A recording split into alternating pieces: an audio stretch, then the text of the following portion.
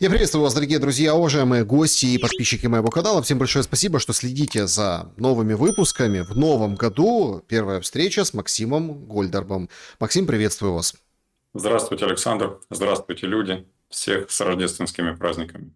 Знаете, такое непраздничное настроение. Судя по событиям в Украине, мы перешагнули, кажется, очередную черту, да, очередной этап эскалации. Был нанесен по Львовской области удар орешником. Я предлагаю начать с того, чтобы вплести это в вообще событийный ряд, да, и перспективу каких-то переговоров. Эксиос пишет о том, что Украина и США согласовали, собственно, там в Париже на этих встречах, их было не одна, и Дмитриев тоже появлялся в Париже, согласовали нечто, ну, как бы общую позицию, там, гарантии безопасности и так далее. Эксиос специфическое издание, оно, как бы, ему можно доверять, но иногда оно, когда публикуют определенные вещи, преследуют, понятно, свои определенные цели. Тем более сейчас политика Трампа изменилась. Но удар орешником, получается, это как бы приглашение к пересмотру каких-то договоренностей. Если мы попробуем расценить, да, вот применение вот этого оружия по то ли, ну, судя по всему, газотранспортной и газовой, газохранению, да, вот украинскому, этот удар, да, вот судя по всему так. Хотя нам не показывают подробности, пока по состоянию на момент нашего разговора мы не видели ни фото, ни видео, только сообщают, что все хорошо, радиация в норме, все нормально, занимаемся, то есть не волнуйтесь, все отлично. Но сам факт этого удара нам говорит о том, что все-таки то, о чем якобы договорились, если верить Axios, Россию не устраивает. А что дальше тогда? Какие заступы, за какие новые красные линии готовит вот этот процесс недоговоренности?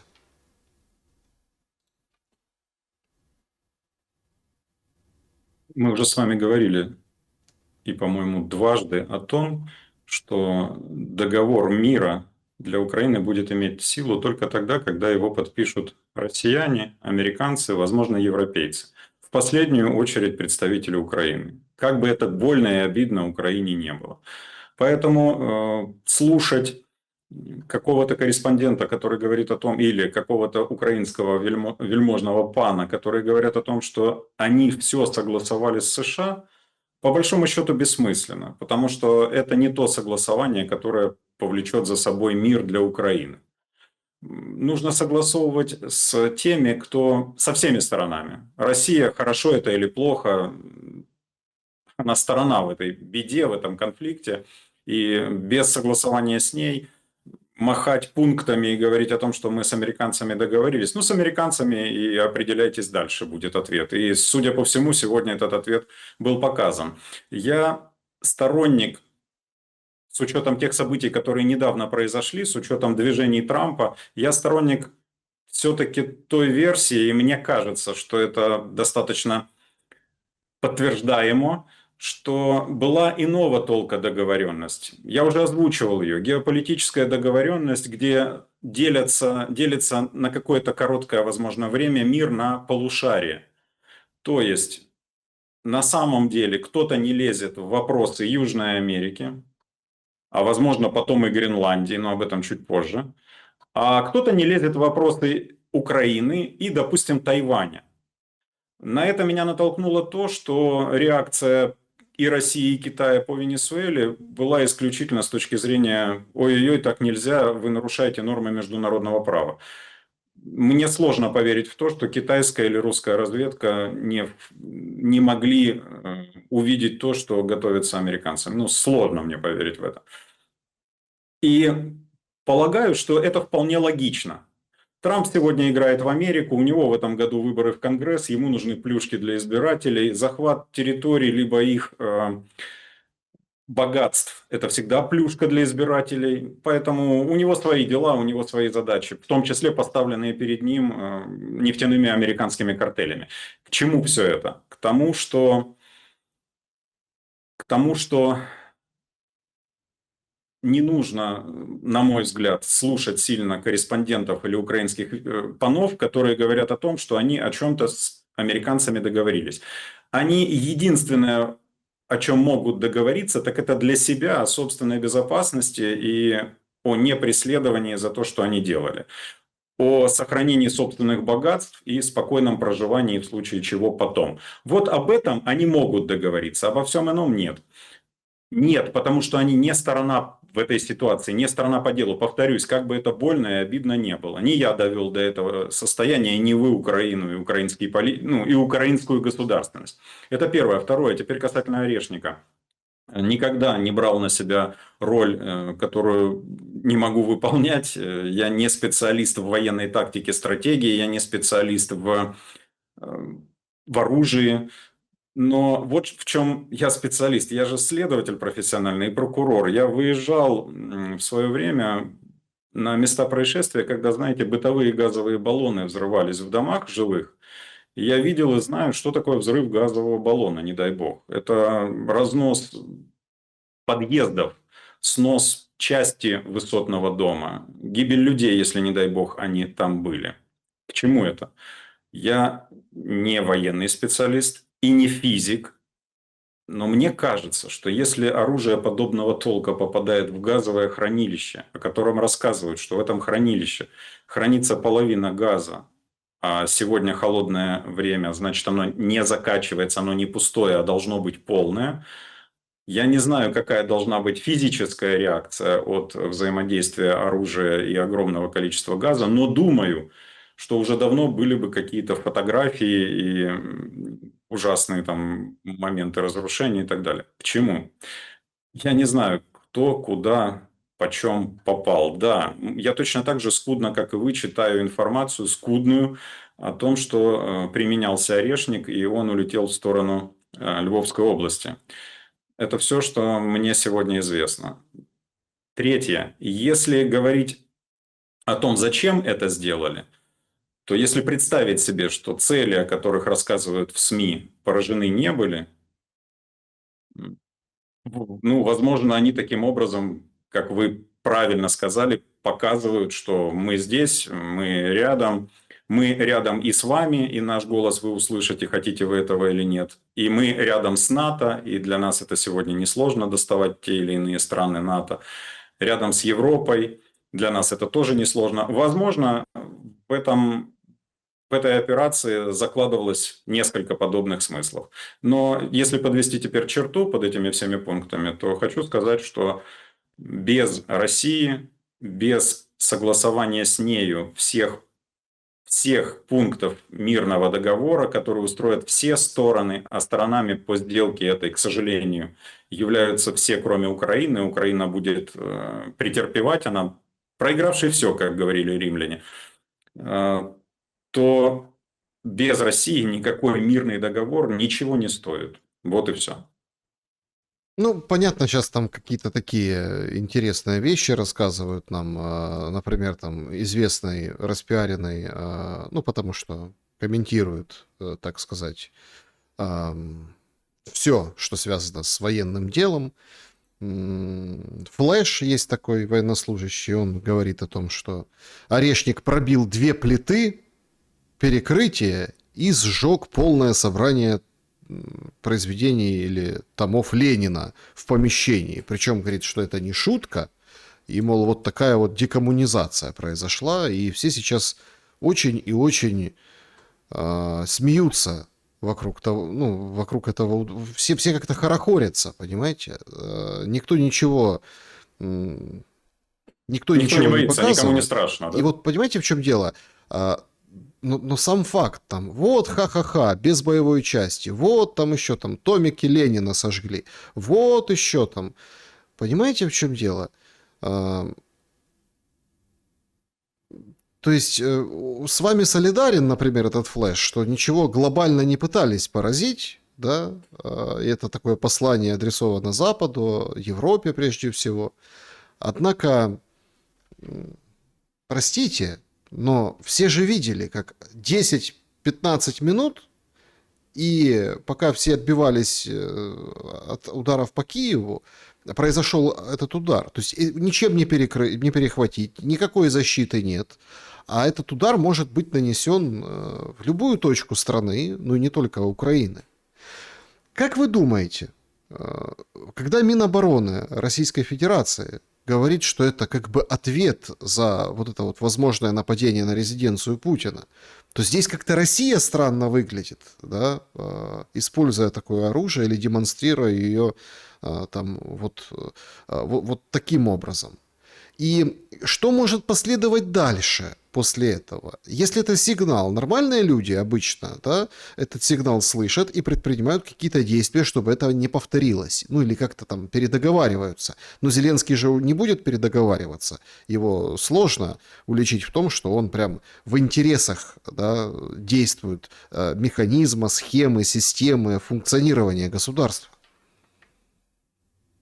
Вы любите задавать и ставить провокационные вопросы, уважаемый Александр. Я понимаю, что в этом и смысл, в том числе нашей беседы. Иначе зачем? Зачем читать друг другу газетные вырезки? Да. Ну, также два человека вроде не глупых делятся друг с другом своей аналитикой и размышлениями. Я отвечу таким образом. Небольшой исторический экскурс. Если представить себе, не дай то бог, но если представить себе, если бы Украина воевала с Америкой, то понятное дело, что боевые действия велись бы совершенно иначе, не 4 года, что Америка применила все возможные механизмы и вооружения, которые у них есть. Кто не верит, спросите у японцев. Кто не верит, спросите у вьетнамцев, как там сжигали людей с деревнями вместе с городами. Ковровые бомбардировки в Ираке, 3 миллиона погибших и так далее и тому подобное. Думаю, что вот таким образом воевала бы Америка. Возможно, для американцев тоже странно, зачем запускать подобного толка вооружения без боевых частей и реальной цели нанесения серьезнейшего непоправимого ущерба. Мы можем предполагать, что у России этого вооружения стало много больше, и она может себе позволить в холостую, допустим, гипотетически что-то выстрелить для того, чтобы показать, на что способны ее войска, на что способно ее вооружение. Возможно, это послание тем, кто сегодня, я имею в виду Зеленского, хотя его в Киеве практически не бывает, но тех, кто рядом там, что в случае необходимости вас не спасет построенный при Советском Союзе метрополитен, бомбоубежище настоящие, никуда людей не пускают, а там, где прячутся зеленые слуги и правительство и так далее. Возможно, что это послание таким образом сконструировано. Я вообще противник того, чтобы сейчас смеяться над такими вещами, как вы сказали, как кто-то там хорохорится. Ну, идиот, значит, раз хорохорится, потому что, как говорят, не буди лихо, пока оно тихо. Следующий прилет может быть намного страшнее и опаснее, и никто не знает, чем будет начинен этот прилет и на что может пойти противник в данном конкретном случае. В любой войне. Поэтому я бы не стал... У меня не получается, точнее так, я признаюсь вам честно, у меня не получается с 22 года искать логику. Вернее, находить ее. Искать-то я ее пытаюсь постоянно, у меня ум аналитический. Но находить логику во многих поступках и решениях у меня не получается. Привел вам пример американский исторический, как раз для того, чтобы понимать, чтобы было видно, что такое логично, а что такое алогично. И я не буду забуриваться и больше разъяснять свой ответ. Я думаю, для умных людей он понятен. Вы, несомненно, все отлично понимаете. Но полагаю, что те, кто балуется, как вы сказали, хорохорятся, пытаются бить санными тряпками по морде, они это делают либо из глупости, так бывает, много глупых людей, либо намеренно для того, чтобы вызвать намного более страшный удар, Для чего? Ну, во-первых, они думают, что они спасутся, и их спасут, и они успеют, и уже все вывезли, и своих вывезли, и сами где-то там на границе ошиваются, только картинки ставят, что они в военной форме. А что там с людьми, с военными, с народом случится, их, наверное, волнует мало. А потом они думают так, что будут сидеть где-то за рубежом, писать мемуары, тратить спиженные, я прошу прощения, деньги в Украине. Надоело просто подыскивать слова красивые. Тратить эти деньги, и у них все будет в порядке. То есть они в таком случае выполняют роль априори провокаторов. Если события с резиденцией имели место, равно как имела место ситуация, помните, мы с вами обсуждали, зачем эти танкеры, вот, ну, 2 танкера повредили, дальше что? Оно на что-то повлияло? Да нет, конечно. И не могло повлечь за собой никаких отрицательных последствий для экономики России. Стало быть, для чего это дело? Для того, чтобы вызвать огонь. Только в Великую Отечественную войну бойцы вызывали огонь на себя, чтобы спасать свои подразделения или дурить противника. А эти вызывают огонь на свою страну, на свой народ. Вот иного у меня объяснения этому нет. Что касается уточнения вашего, как выглядит здесь Россия и так далее. Я стараюсь в последнее время уходить от подобных вопросов и говорить о том, что меня волнует, как будет выглядеть Украина. Я настаиваю на том, что каждый день продолжения бойни уменьшает шансы Украины на сохранение как такового названия. Может быть, вы и правы в вашем вопросе в том смысле, что подобный эксперимент с орешником потягне, как по-русски, ну, повлечет за собой более страшный и опасный эксперимент, если до кого-то не дошло. И, кстати, не ошибусь, если вспомню, что первый прилет этого орешника был по Днепру, по Южмашу. Да. И Украина сама подтвердила, что внутри Южмаша не осталось. Ну, внутри, внизу, все, что было, оно сгорело и уничтожено. Ну, вот так. Я бы ответил так, Александр. Если это все экстраполировать, и сейчас вот как это все? Это сигнал, мол, Европе. Сегодня Мелани заявила о том, что пора говорить с Россией, ну, Европе. До этого это заявлял Макрон. Тот факт, что все происходящее имеет такой привкус договорняка, нам указывают, ну, такие боковые, да, факты, боковые тренды. Все смеялись, помните, над Лукашенко? Ну, Лукашенко... Я никогда над ним не смеюсь. Мне кажется, очень хитрый и умный дядька. Нет, ну Лукашенко, он просто, у него нос, он держит по ветру. Вот он, Да, он раскритиковал в пух и прах ситуацию с Мадуро. Да, говорит, что сделать-то, опять-таки, это же красиво, да, вот он комментировал, говорит, сделать можно, дальше чего? Ну вот дальше, ну вот следующий шаг. И мы видим, что а дальше после Мадуро у Трампа появляются проблемы с Сенатом, он там внутриполитические проблемы, там вот его миграционная полиция женщину-феминистку, активистку, американку убила. застрелили. Там, ну, там протесты, понимаете, то есть это все накладывается на то, что как это ты, Трамп, без нас тут войсками распоряжаешься. А он говорит, вторую волну отменили мы атаки на Венесуэлу, потому что правительство на все согласилось. Ну, как бы такая вот колонизация по-американски, по-трамповски. И типа, а что дальше? Ну, а дальше тут будут разбираться. Назначены же там Хексет, Миллер, вот эти все. А он пойдет там сегодня вот, например, он идет уже на Мексику, не исключает боевых действий.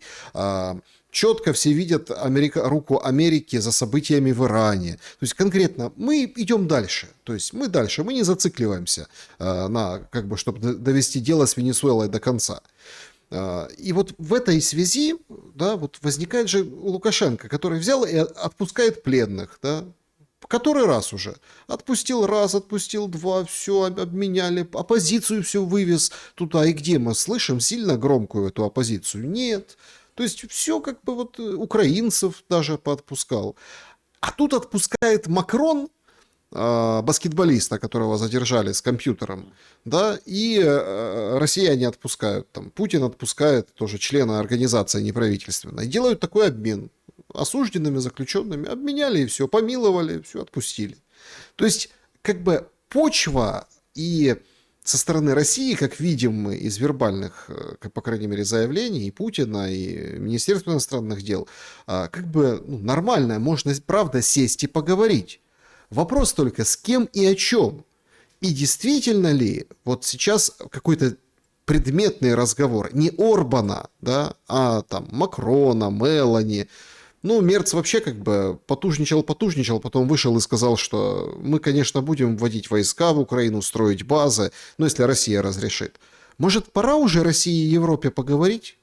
Я думаю, что к этому и идет. Дело в том, что, вы знаете, мы накануне этой передачи с женой разговаривали, вот буквально несколько часов назад, и она меня спрашивала, а зачем весь этот цирк Европе? Ну, Европа же, она правда верит, что Россия будет нападать на нее? Да нет, не верит. И НАТО в это не верит. И об этом говорит посланник Трампа при НАТО, говорит, что шансы настолько малы со всех точек зрения, даже с той точки зрения, что не сможет. Ну, если, конечно, не вести речь о ядерной войне. Да, если ядерная война будет, то там все друг на друга нападут и ничего не останется. Это тоже все понимают. А с точки зрения просто физических войск, скажем так, сухопутных, авиации и прочее, не сможет. Ну, не получится. И, ну, вот так, я ставлю 3 точки, все вроде бы очевидно и понятно. Да она и не собирается этого делать. Во всяком случае, в очень, даже среднесрочной перспективе. Ей незачем это делать. Тогда для чего все это происходит? Для чего накручивается виток войны? Для чего рассказы все эти? Для чего пугалки, страшилки? Для чего рассказы о том, что этот англичанин какой-то рассказывает о том, что... министр их обороны, что народ Англии, готовьте своих деток, это будет честью воевать за Англию и так далее и тому подобное. Мой ответ был такой, признаюсь, в семейном кругу. Первое.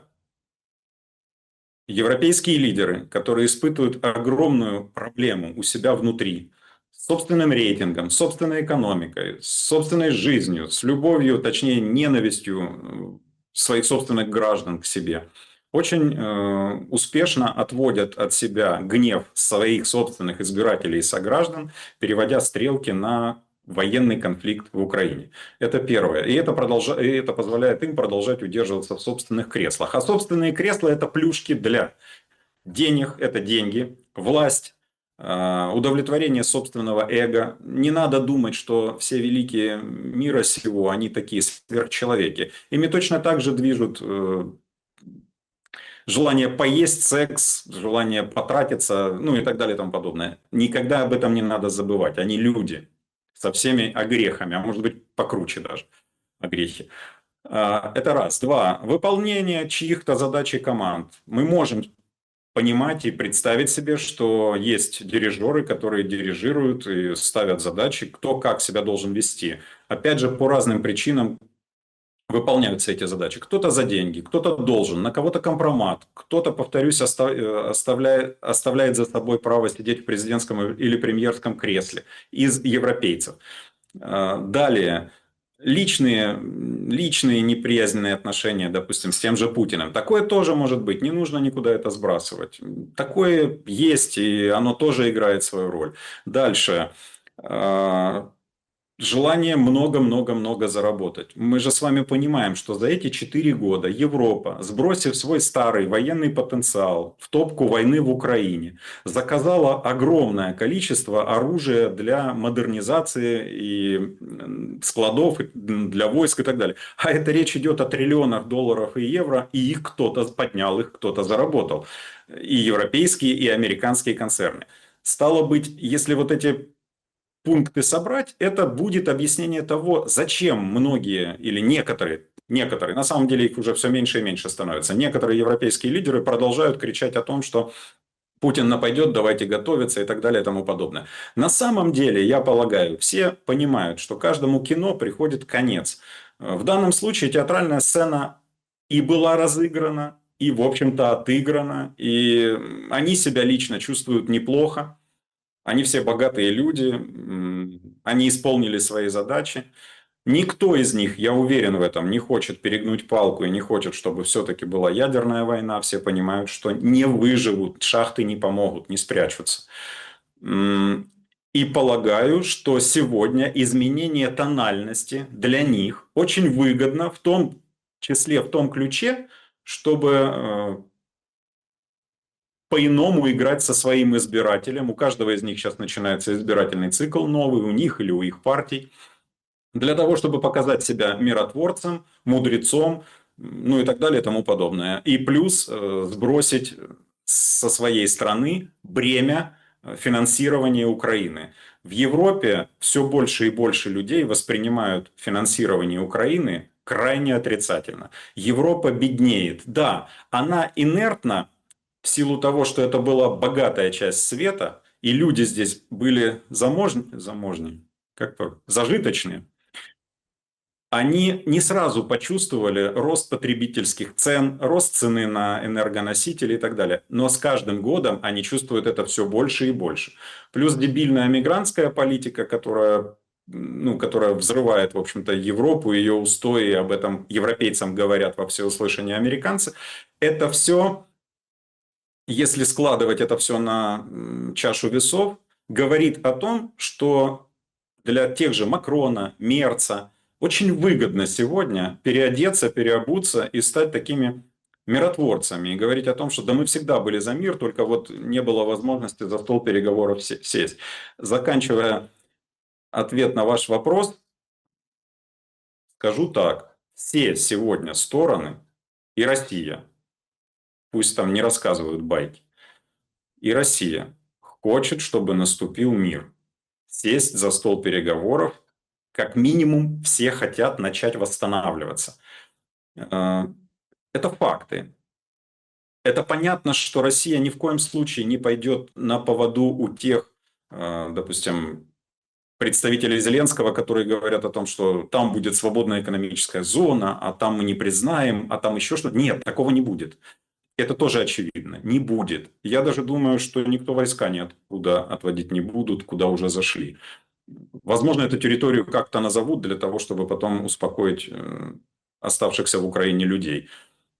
Вот. Но в целом, мне кажется, что с каждым днем территории будет все меньше, и впоследствии будет сказано, ну мы же вас предупреждали, мы же вам говорили.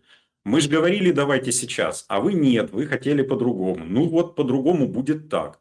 А если не так, скажут, допустим, Зеленские условные, ну тогда будет вот так. И тогда будет другой орешник. То, о чем мы с вами говорили в самом начале. Полагаю, вот мой ответ такой на ваш вопрос. Куда-то как языком слезала вот эту всю мощь Европы, желательность, как-то желание, решительность, коалиция желающих, коалиция решительных Да, очень смешные названия. в вопросе Гренландии. Давайте отдельно коснемся этого вопроса. И я хочу, ну как, нетипично к нему подойти. Ну вот смотрите, там не так много жителей, ну в этой Гренландии. Сейчас Да, пишет именно. пресса, что каждому по 10, ну если сильно они будут сговорчивы, по 100 тысяч долларов США выделит. Вот просто вот, возьмите деньги, возьмите американский паспорт, все, референдум, голосуем и присоединяемся к Америке. С датчанами будут утрясать. Венс выходит и, в общем, там разглагольствует о том, что, опять-таки, это все очень взаимосвязанные вещи. Вот этот вот разговор Европы и России, понимаете? Ведь мы же привыкли смотреть так, как нам вот это вот всякие там, ну, мы имеется в виду аудитория, я имею в виду массы, народ, да, то, что там рассказывают там, по телевизору, по ящику, Зеленский чего моросит, еще там какие-то видные деятели, а мы там уже соглашаемся, не соглашаемся. А тут вот давайте просто включим логику. Европе сейчас очень нужно поговорить с Россией и снять эту напряженность, потому что она не может ничего противопоставить Америке. Ничего не может противопоставить. Не факт, что если, например, условно завтра Европа и Россия ударят по рукам и скажут, все, нормально, то есть никто на кого нападать не будет, и снимут эту истерию большой войны, оставят в конкретные рамки войны в Украине и, ну, подпишут условно пакт о нерасширении этой войны, да, на европейскую в полноценном смысле этого слова. В общем, то они как бы должны же как-то защититься от поползновений американских. Французы, например, говорят, что вот там, казалось бы, я до сих пор не понял этого заявления министра иностранных дел Франции Барро, который говорит, что нет, не продается Гренландия. А при чем тут француз? Ну, потому что они в Евросоюзе вместе. То есть Евросоюзу, Европе нужно что-то как-то вот положить тоже на стол. А Венс говорит, вы не можете безопасность обеспечить. Безопасность. То есть это на самом деле очень серьезный процесс, который сейчас предлагается.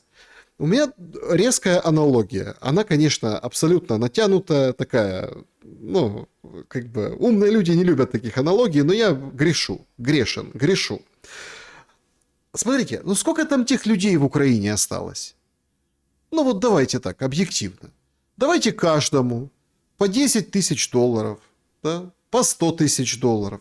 Но это же все равно дешевле, чем ремонтировать вот эти все убитые предприятия, там, вот эти города, которые сносятся.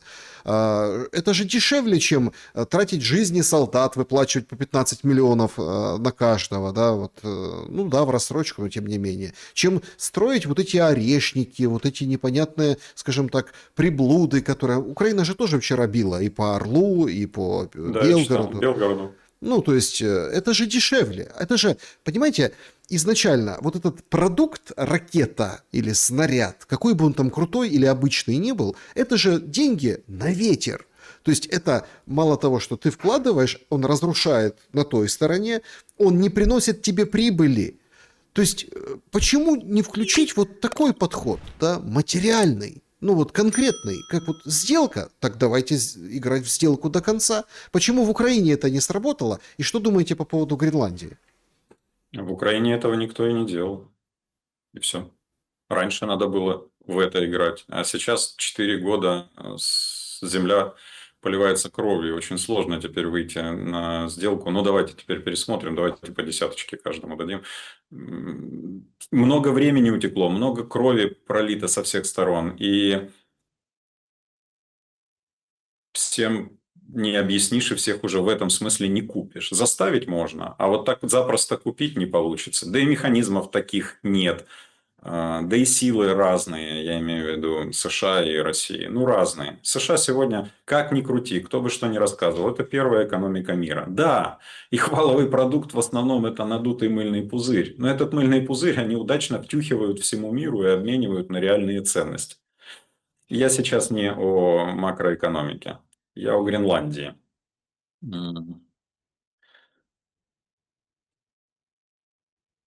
Несколько дней назад я выпустил на своем канале видео о том, что Венесуэла – разменная монета, где делятся полушария. Западная остается за Америкой, а не западная.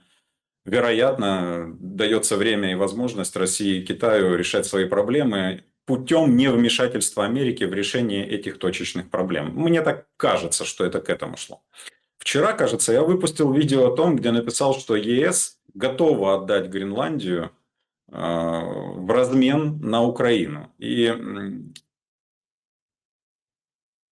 получил такие странные комментарии о том, что ну ты же говорил за Венесуэлу.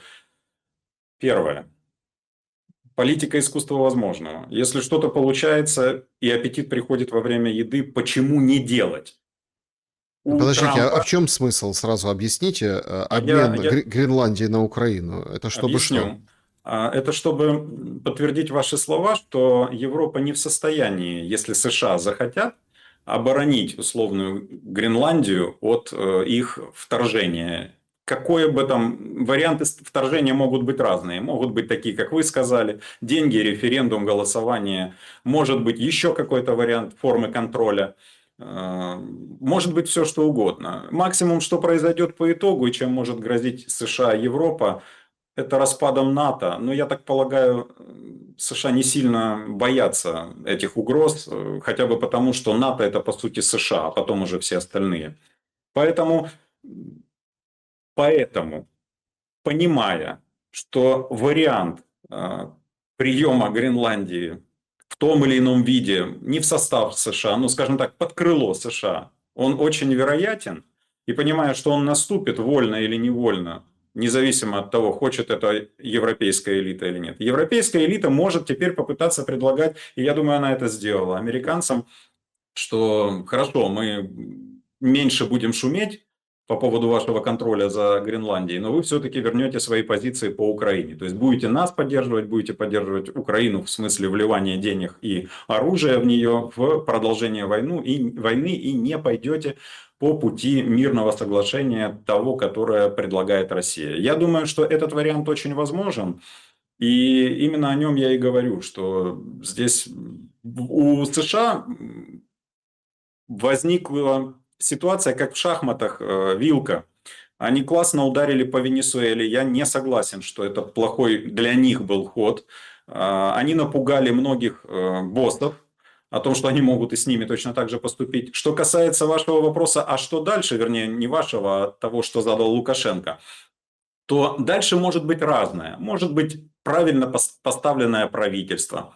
Может, и это будет скорее всего, потому что проводить наземную операцию, проливать там американскую кровь, я думаю, Трамп побоится. Его уж точно тогда не поймут. Поэтому будут стараться передавить страхом и передавить плюшками.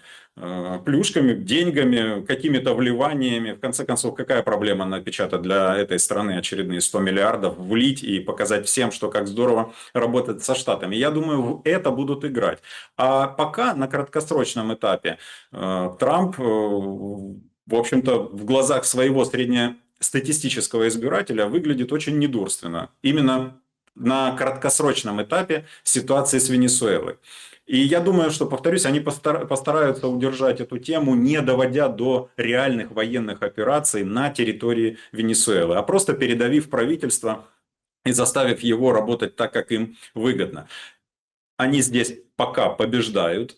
И если у них получится с Гренландией, то к конгрессским выборам он выходит классным парнем, победителем, человеком, который загоняет под США либо территории, либо как минимум огромные-огромные богатства, которые скрывают в себе эти территории, либо плюс к этому рассказы о той самой безопасности, о которой говорит Венс. Мы, в отличие от других, обеспечили безопасность там, мы обеспечили проблему для России, допустим, либо усилили проблемы для России в вопросах арктического освоения, мы уже рядышком, вот они мы, и мы здесь все курируем. Резюме.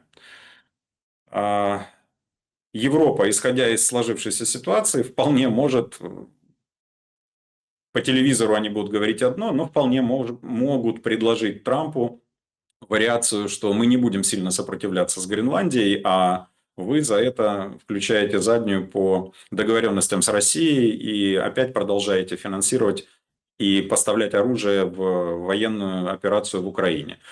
Вот, думаю, такая вариация очень возможна, она очень реальна. Как поведет себя Трамп? Они бизнесмены, они исходят из того, что выгодно. Сегодня было выгодно так. Если завтра появился какой-то бонус в названии Гренландии, то вполне возможно, что будут проходить новые тайные переговоры. И заново будет представитель Путина летать в Америку, а представитель Америки летать в Россию и говорить о том, что а вот теперь появилась Гренландия, теперь какую-то другую нам плюшку предложите, чтобы мы не включили заднюю. Потому что договоренности меняются очень быстро, а особенно с американцами. Максим, ну давайте Моя так. точка зрения такая. А почему условно Трампу, ну вот давайте так определимся, да, что он хочет, да? Морской. Что он хочет? А Да. я скажу, нет. Знаете больше всего, чего он хочет? Это видно по нему, даже по его подписи на документах. Опять, мы слишком переоцениваем небожителей. На самом деле это люди, ведомые людскими страстями.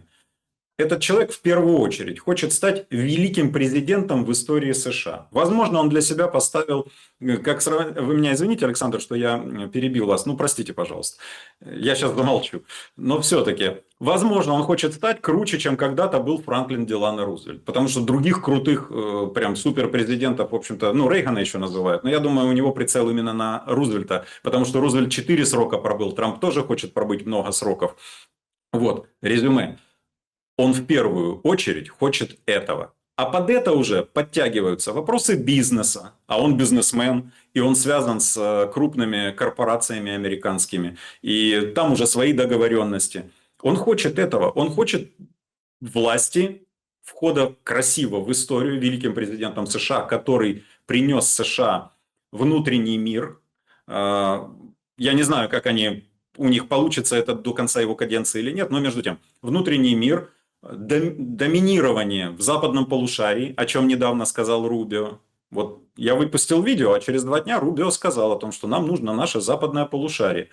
То есть косвенно, знаете ли, как бы подтверждает мою точку зрения.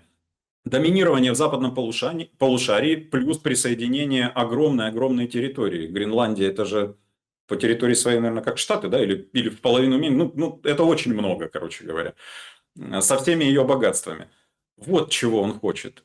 И вот, знаете, события последнего времени говорят о том, что нет и там великой стратегии на 50-100 лет вперед, как, допустим, у тех же китайцев. Ну нет. Они движимы там очень часто своими эмоциями и желанием власти и денег. Все. Извините. Почему, Максим, не отмотать сценарий по-другому? Просто 2 уточнения. Уточнение Давайте. первое. Так а не слишком ли большая цена для Европы за Гренландия, да, ради того, чтобы продолжать войну в Украине? Это же не... И может ли отмотаться сценарий вот по-другому, диаметрально противоположно? Тоже интересно.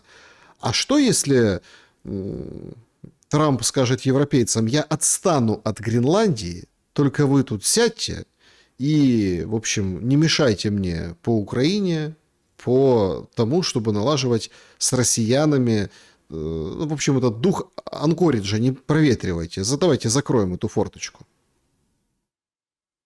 А зачем ему это? Зачем? Для него, как и для многих западных боссов, проблема Украины и украинцев не стоит как таковая. Это инструментарий, к сожалению. Наша страна, стала инструментарием для разборок. И все отлично понимают, что потом этот инструмент вряд ли будет кто-то чинить.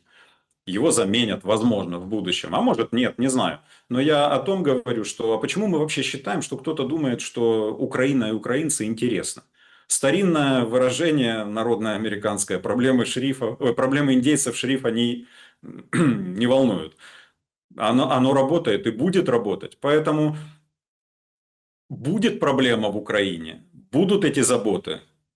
Ну, хорошо, американский военно-промышленный комплекс будет поставлять оружие, а геополитический противник Россия будет страдать и ослабляться. Кто бы что ни говорил, будет, потому что это война, в войне все ослабляются.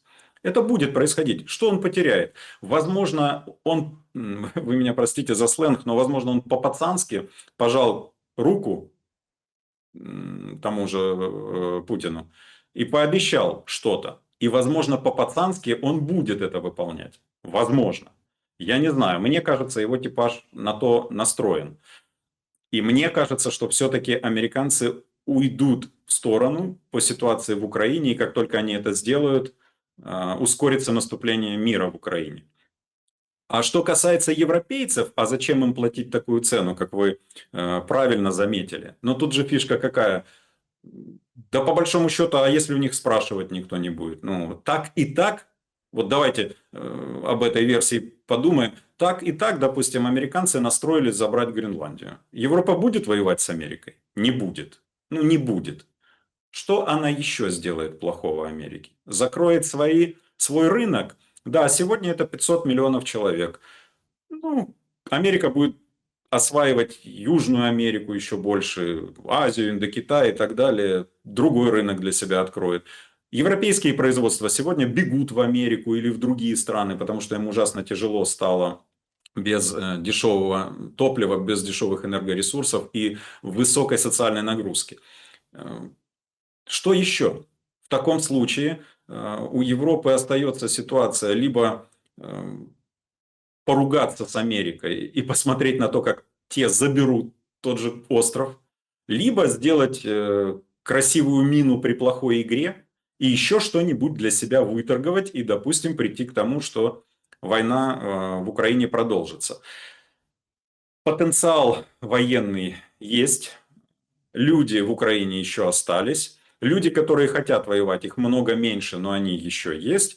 И те, кто так называемые ястребы войны, вполне могут еще попробовать годик-другой позарабатывать на этой теме, заработать очередные миллиарды, а потом уже посмотреть, как ситуация разовьется. Вот такое мое мнение. Ведь, ну, королевство Дания, ну, оно же беззащитно перед Соединенными Штатами. Да, собственно говоря, любая страна, наверное, беззащитна. Чем они могут их еще напугать? Выходом из НАТО. Ха-ха-ха, напугали ежа голой жопой. А дальше что? Ведь уже сегодня вы приводили в пример Макрона, и вот я просто добавлю к тому, что вы цитировали его, что он еще сказал. Он же высказался, что как же так, это неправильно, это не по-союзнически, условно, не по-натовски. Такое отношение к члену НАТО. Да, Трамп же ответил на все на это. Он руководствуется по жизни своими принципами и мироощущением. А Миллер, его помощник по международной безопасности, сказал, что, ребят, да кончайте херней маяться. Кстати, это не матюк, а то скажите там что-то. Это грыжа вообще. Фраза «херней мается» это для тех, кто не знает, это с петровских времен была в России появилась, когда в армию забирали, а у него грыжа, и говорил доктор, этого нельзя, он херней мается. И до сих пор, кстати, в европейских языках, в испанском и в немецком это слово так и осталось. Поэтому я не ругался. Вот. И Миллер говорит, ребят, перестаньте херней маяться. Да нет никаких международных прав. Есть право сильного в этом мире. Вы же видите, что на самом деле миром управляет тот, кто силен. Ну, вот и все. Он просто это честно сказал. Кто же недавно? Фица, премьер-министр Словакии, он, видно, очень хотел дипломатично сказать, что вы что, охренели совсем, но он сказал, я благодарен Трампу за то, что он, когда влез в Венесуэлу, не стал рассказывать там всякие байки, а четко сказал, что нам нужна наша венесуэльская нефть. Вот ответ на вопросы. Кто силен сегодня, тот и крутит пластинку.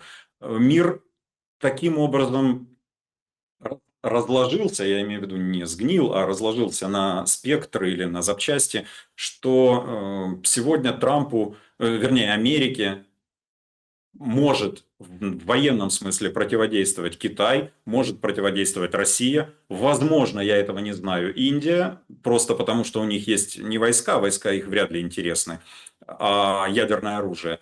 А по большому счету, а кто еще? Больше никто.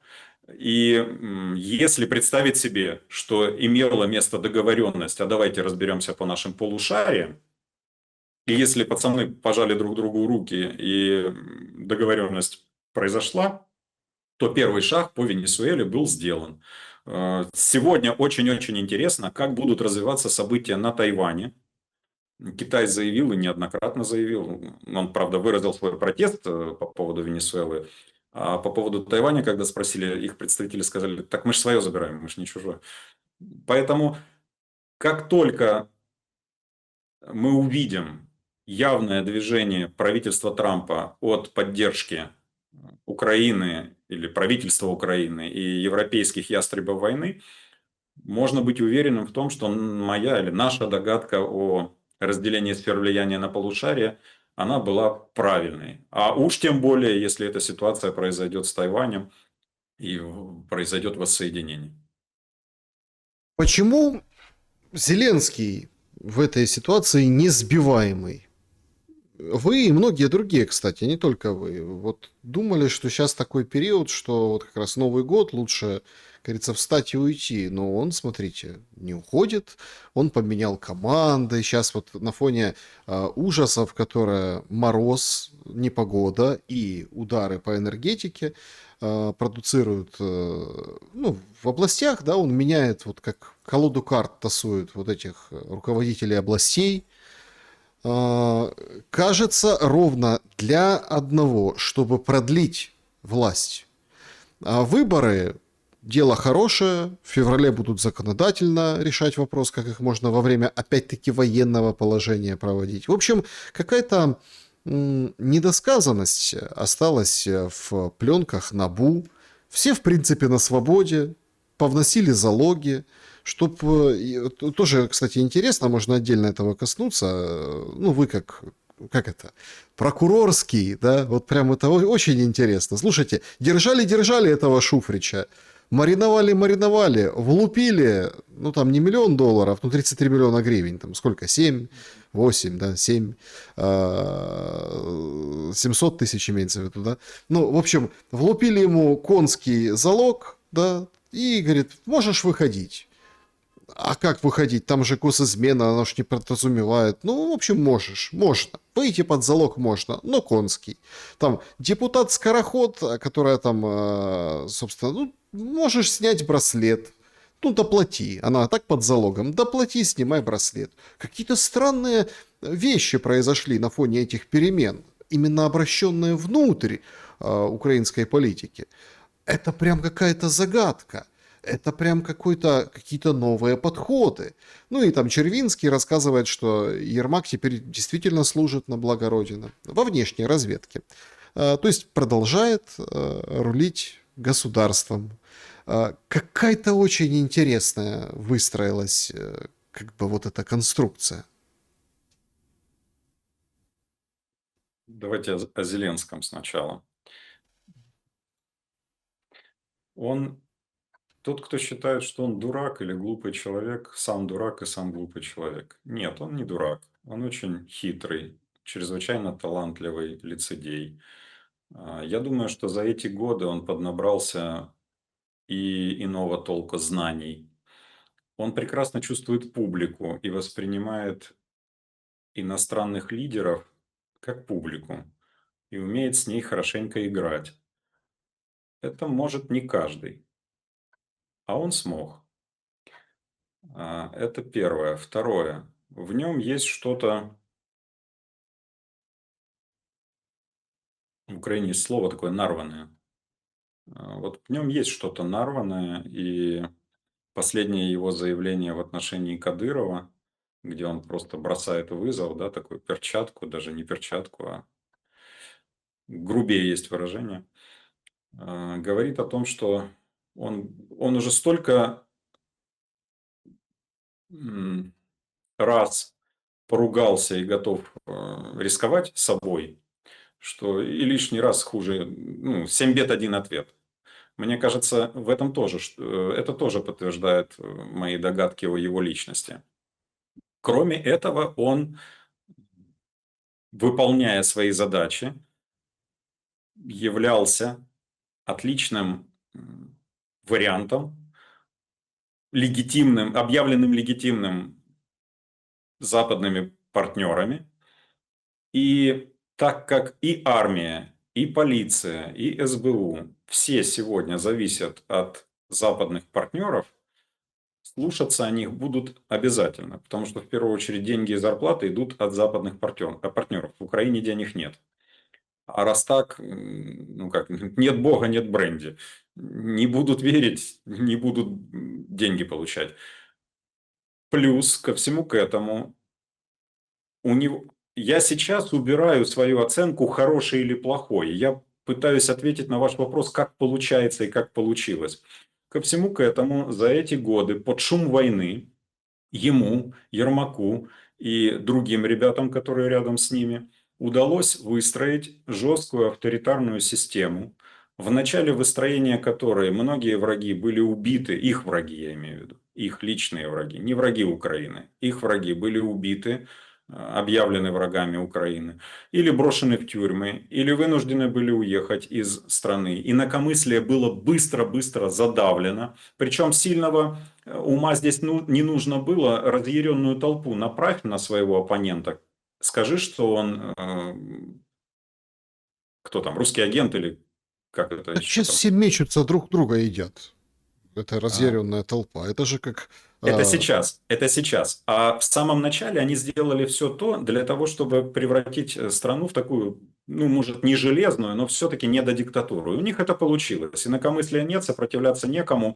Все, кто мог сопротивляться, повторюсь, или погибли, или в тюрьмах, или уехали. Собственно, все. Система подавления в их руках. Кто что-то бякнет, тут же объявляется врагом, или уничтожается, или больше не бякает. Потому что из тюрьмы сложно добякаться. Вот еще один пункт того, что объясняет, почему у него получилось так крепко усесться в кресле президента. Я напомню, что накануне войны он вызывал всеобщую ненависть, и все те, кто за него проголосовал тогда, проклинали его и кричали, что он не исполнил ничего из того, что обещал. Накануне войны, вспомните, о 20-х числах до войны, 20-х числах февраля Нью-Йорк Таймс выпустила по нему разгромную передовицу, где даже обзывала его клоуном. А потом так раз, клац, и все поменялось. И так как он, кроме того, чтобы быть играемым, потратил еще свой ум и талант на то, чтобы и самому пытаться играть и обыгрывать, и у него что-то и с кем-то получалось и получается. Я думаю, все вот эти качества и обстоятельства намного сильнее закрепили его в уверенности, что он и в этот раз пропетляет, что он сможет договориться, что в самый крайний случай им предусмотрен, и он останется жив, я имею в виду, и здоров, и с деньгами. И полагаю, что эта вера в самого себя, то, что он в эти тяжелые годы не просто вырос, он вознесся, да, эта вера где-то затмевает природный ум и затмевает чувство собственного самосохранения. Его ошибка будет так или иначе заключаться в том, что он подумал, что он игрок. Он все равно не игрок. Он пытается и пытался им быть, но у него не получится. Потому что тех, кого выкладывают на стол, их за стол не сажают. Вы, когда в карты играете, вы карту рядом с собой короля или туза не ставите как равноценного игрока. Так в данном случае будет и здесь. Ничего не изменится, история не меняется, и в этом случае она не изменится. Это что касается его. Я точно так же, я помню наш эфир накануне Нового года, когда я говорил о том, что я очень надеюсь, что у него хватит чего-то там здравого и хоть немножечко доброго для страны уйти. Ну, нет, не хватило. Ну, хватит, значит, в другом случае будут применены иные механизмы. Видите, держателем этой акции являются западные могущественные властные и денежные круги. И судя по тому, что эта акция еще не снята с торгов, и она на месте, можно говорить о том, что решение боссов такое не принято, владельцев акций.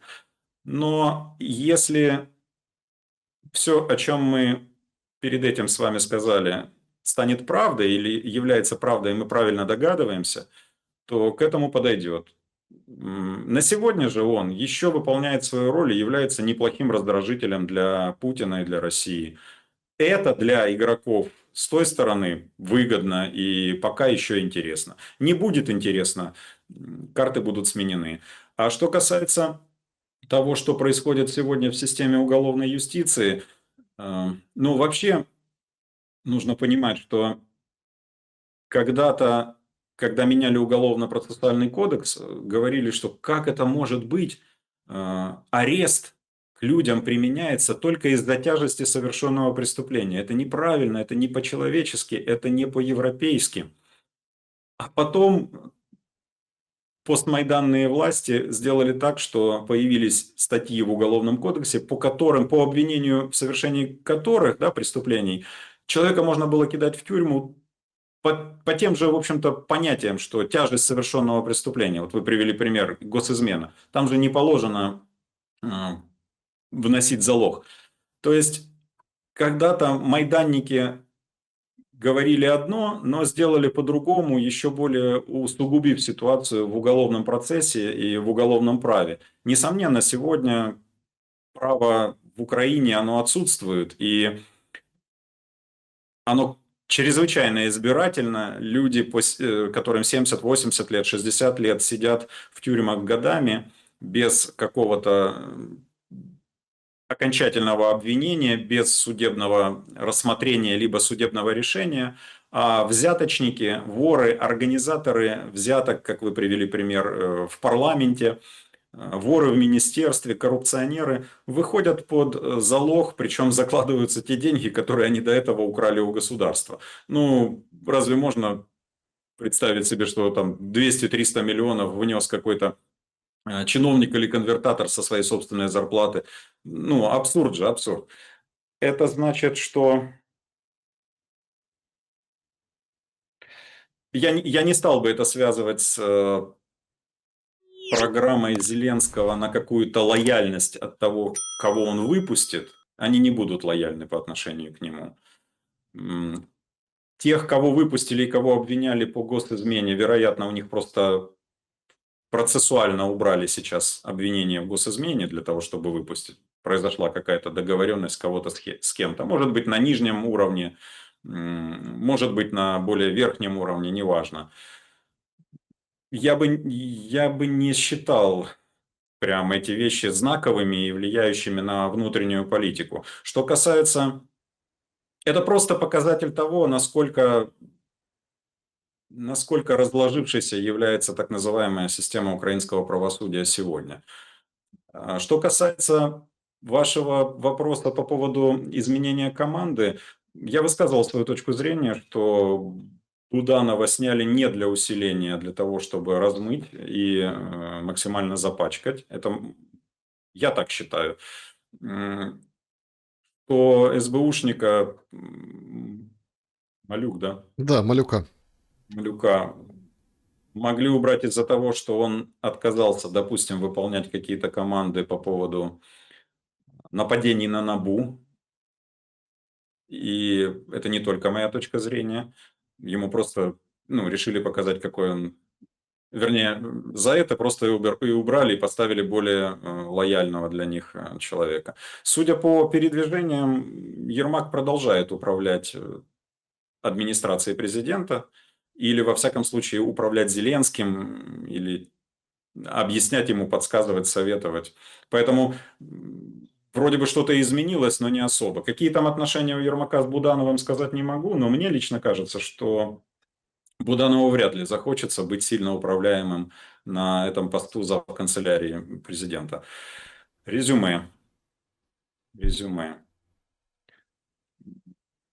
Большой стратегии в назначении айтишника на должность министра обороны я не вижу. Мне кажется, что министр обороны более ранимый пост, чем пост министра по IT, и позволит быстрее тоже испачкать грязью персону, которая вполне могла быть в том или ином смысле конкурентом или утяжелителем для конкурента на выборах. Поэтому я так вижу себе назначение Федорова на должность министра обороны.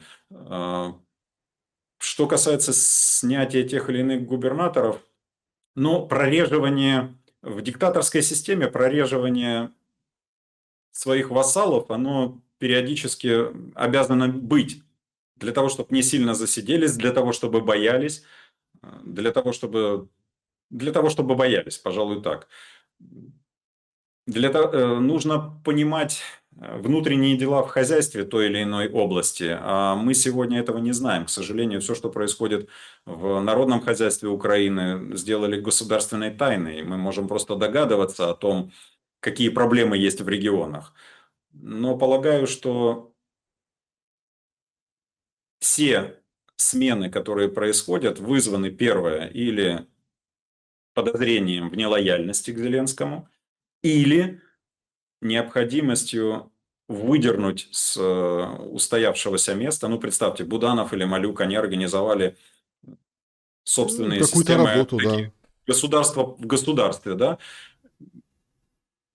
Это, в общем-то, опасно для любого диктатора, потому что это еще и силовики. Их нужно выдернуть оттуда и тем самым и ослабить, а если они еще и будущие возможные конкуренты, и поставить их туда, где они запачкаются вольно или невольно. А офис президента – это все-таки та еще выгребная яма, и люди к ней так относятся, к этой яме. Поэтому я не думаю, что бывший главный разведчик военный что-то выиграет в этой ситуации. Понимаете, в чем дело? Не нет конца и края, не видно. Более того, ситуация только ухудшается. И вот когда мы с вами обсуждаем вот это все, как-то все уже привыкли, что гибнут люди. Ну, война продолжается, 4 года скоро. Привыкли. Точно так же Да. привыкли, что нет света. Я так вот просто, даже по прямым эфирам, когда был вчера там тоже в прямом эфире, не в одном, вот там приходят новости, что позавчера, там, да, например, вот Запорожье и Днепр, ну, тяжелейшая ситуация. В Запорожье говорят, в Запорожье все нормально. А все нормально это что? Это отключение по графикам конским. То Да. есть это уже нормально. Понимаете? То есть задача, это вот мне напоминает, это злая шутка, когда Моисей водил вот это по пустыне, да, пока там поколения не сменились, чтобы не помнили люди, как там было условно до, да, и не роптали. Вот сейчас Мгм. примерно вот такая же история, понимаете, чтобы эти поколения сменялись вот таким образом. И вот это вот просто нужно вот это время, да, для, ну, уменьшиться, ничего страшного. Уменьшиться, расплодятся. Не расплодятся, пригласят кого-нибудь, каких-нибудь сотрудников из Бангладеша, ну, гипотетически, да, Мгм. и так далее. И, в принципе, все хорошо. Как бы, что нам стоит дом построить, нарисуем, будем жить. И когда вот мы с вами рассуждаем об вот этих кадровых назначениях, мы же думаем, что там 7 пядей во лбу, да, то есть что там это стратегия, это научно обосновано, а здесь вот это, а здесь вот то. Абсолютно ведь нет, абсолютно нет. Мы так не думаем, Александр. Мы так не думаем. Мы так думали при всем своем прокурорском характере. Я, наверное, где-то наивен бываю. И я искренне считал в 2019 году, что парень, мой ровесник, захочет красиво войти в историю как созидатель, а не разрушитель, как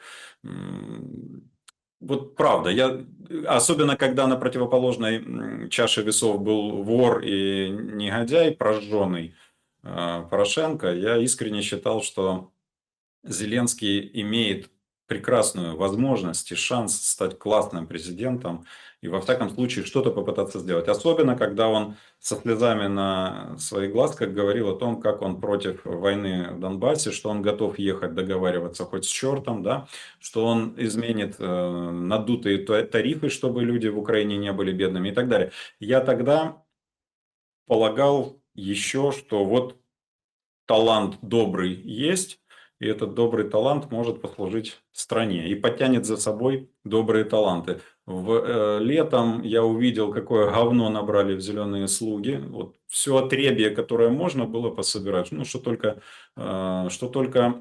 не брали уголовников откровенных из тюрем, а так, то, блядь, и то кто там, эти устроители шоу каких-то, то клоуны, то еще что-то.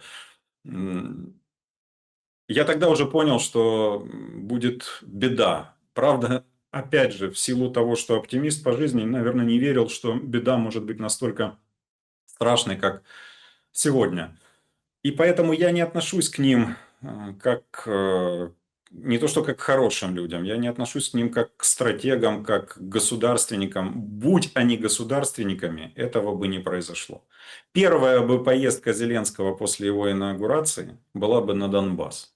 Никто бы его там не тронул. Нахер он бы там кому-то нужен был, чтобы его там трогать. Наоборот, вот это был бы ход конем, который бы позволил угомонить ситуацию, успокоить людей, дать им возможность выбора. И кто знает, как повела бы себя в этой ситуации Россия. Ведь смотрите, они с 2014 года не забирали, скажем так, эту территорию, как минимум официально. Но он этого не сделал. Равно как он не сделал ничего из того, что говорилось, а из того, что он сделал, повлекло за собой совершенно иные контрпоследствия. Поэтому я не отношусь к ним как к стратегам-государственникам. Когда я говорил о том, что он умный и талантливый парень, и Ермак умный и талантливый парень, это не значит, что они добрые, хорошие государственники. Это значит, что они умные. Но послушайте, ну, враги же тоже бывают умные, и, как правило, много умных врагов. И нацики в Германии были умные, те, которые Гитлера окружали. И эти примеры можно проводить по всем странам и исторически. Резюме. Резюме. У этих есть гарантии на сегодня безопасности, за большие гарантии они торгуются. У них есть какие-то данные, компроматы, подвязки кого-то за что-то. И они могут этим тыкать в морду тем же западникам и говорить о том, что а вот что у нас есть. И потом, да, вы же хотите плюшки получать постоянно, а все хотят плюшки получать постоянно. Мы уйдем, потоков не будет. Ну, тоже грустно. Вот. Думаю, вот за это все они и держатся. А война, вместо того, чтобы снести эту надстройку, наоборот, ее укоренила. Почему укоренила, я говорил раньше. Войска, система безопасности, ну, карательная система, э, под ними в кадровом смысле, в денежном смысле. Кто еще? Инакомыслие уничтожено. Плюс легитимность так называемая их действий в глазах Запада поддерживается самим Западом. Ну, в какой стране мира еще позапрещали оппозиционные партии, в один день под копирку выносились судебные решения? В какой стране мира запретили... Трамп сколько шумит на эти каналы американские, которые его не любят, да, телеканалы. А ничего с ними сделать не могут. Они его как Ну, не любили, так и не любят. И продолжают. судятся, Ну, судятся, судятся, ну, пожалуйста, судись, да. Но денежку там, да. такого же не было. Сколько людей было убито киллерами? Сколько людей было брошено в камеры? Поэтому... и Европа молчит. Все нормально, все хорошо. Оказывается, это светоч демократии, этот паренек и его окружение. Вот, собственно, мое объяснение происшедшему и происходящему. Когда выключится этот кран, когда перестанут играть в него, если бы 31 числа он сам заявил об этом, мне кажется, у него было бы намного больше шансов и люфтов в будущем. Чем дольше он затягивает эту тему, тем он шансы эти уменьшает. Чем больше он пытается играть, тем больше он сам попадает, мне кажется, уже теперь в сети, которые пытался расставить другим. Я понимаю, это все разговоры, это все наши предположения, это все наша аналитика и так далее. А ты, ну, люди пишут, да, а ты скажи, когда же это все, гадость это закончится? Не скажу, я не знаю. Я искренне верил, что она не начнется. Я представить себе не мог, что такое может начаться. А потом я искренне верил, что в 22-м, ну, должно же оно закончиться. Ну, что ж там, тем более, когда весной, помните, поехала команда договариваться уже в Стамбул о мире. Я думал, ну вот, ну, договорятся, решат определяться. Оказалось, мир был не нужен. Нужна была война, а давайте повоюем, как кто-то там сказал. Я полагаю, что если тенденции, которые мы с вами нарисовали сегодня, правдивы и обоснованы, то в ближайшее время Америка выйдет из игры, и это станет катализатором к ускорению подписания мирного соглашения. А раз так, перестанут гибнуть люди и перестанет пропадать свет, газ, тепло в домах. А это уже неплохо, с учетом того, что есть в Украине. Когда это будет по срокам, хочу верить и прошу Бога о том, чтобы до начала лета тема закончилась. Буданов говорит в феврале. Ну, говорил раньше, сейчас-то он об этом не говорит, он в информационной политике отлучен, у него там обмены, там свои переговоры, дела. Так решили Вот вопрос. видите, вы тем самым вот этой ремаркой тоже отчасти косвенно подтверждаете мою догадку, зачем Буданова, разведчика, назначили на должность директора канцелярии. Именно за тем, чтобы выдернуть из привычной среды и побольше замазать. Не знаю, понимает он Как это или это? нет, думаю, понимает. На фотографии с этим своим коллегой из Франции в гробнице Наполеона они сфотографировались. Я думаю, тоже видели эту фотографию. Ну, это с переговоров в Париже. Он в костюме, как помните выражение? Главное, чтобы костюмчик сидел. А то, что там под костюмом, то уже дело такое. Максим Гольдарб был моим собеседником сегодня. Спасибо за время и мысли. Спасибо вам. Всего наилучшего. Друзья, берегите себя. Всем добра и света. Увидимся обязательно. До скорого.